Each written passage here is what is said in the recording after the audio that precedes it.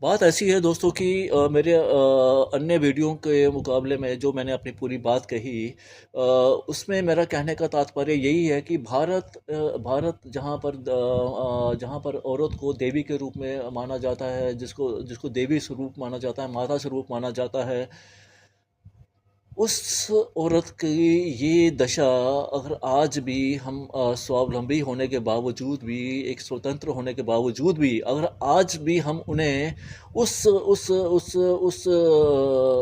उस प्रथा से बाहर नहीं निकाल पाए हैं, तो ये हमारी आज की सरकार के साथ साथ उन उन भूतपूर्व सरकारों की सबसे बड़ी नाकामी है। और उससे भी बड़ी नाकामी हमारी सोसाइटी की है, हमारे समाज की है, जिसने जिसने ऐसी सोसाइटी को पनपने का स्थान दिया, ऐसी ऐसी प्रथा को पनपने का स्थान दिया, और औरतों को और बेटियों को इस कुएं में धकेला। और मैं ये ज़रूर चाहूँगा कि आप इसके ऊपर ज़रा आप इसके बारे में सोचें कि वो बच्चे जो उस माहौल में पढ़ते होंगे, उस माहौल में जी रहे हैं, उनका मानसिक विकास कैसा होता होगा, उनको उनको उनको कितनी मानसिक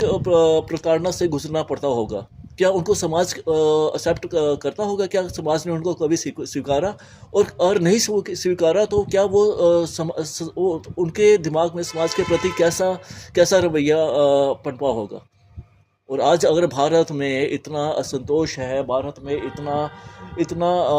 इतनी अराजकता है, इतना कानून व्यवस्था इतनी बिगड़ी हुई है, या इतने दंगे होते हैं, इतनी चोरियां चिकारियां, खून खराबा हो रहा है, तो उसमें कहीं ना कहीं तो हमारा ही तो दोष है। हम ही ने तो ऐसा एक समाज बना दिया है जिसको हम अपनाना नहीं चाहते, क्योंकि वो हमारे दर्जे का नहीं है। लेकिन अपनी अय्याशी के लिए, अपने शारीरिक सुख के लिए हम उनका शोषण करने के लिए तैयार हैं।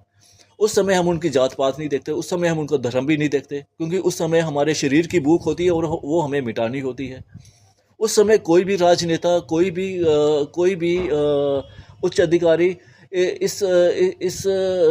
या कोई भी धनवान व्यक्ति इस बारे में नहीं सोचता है। उसको तो सिर्फ उसको अपना अपना शारीरिक सुख अच्छा लगता है, इसलिए वो वहाँ पर जाता है और उसके साथ अपने सहवास करके अपना शारीरिक सुख पूरा करता है। लेकिन क्या ये हमारे समाज के, हमारे देश की जिम्मेवारी नहीं है कि हम उनको उस दलदल में फंसे हुए बच्चों को वहाँ से बाहर निकालें और उनको राष्ट्रीय धारा में लाकर उनके लिए एक अच्छा जीवन उनके लिए प्रस्तुत करें, ताकि उनके प्रति जो उनके देश के प्रति जो उनके दिमाग में आक्रोश है वो ख़त्म हो और उनको भी एक आम जीवन जीने की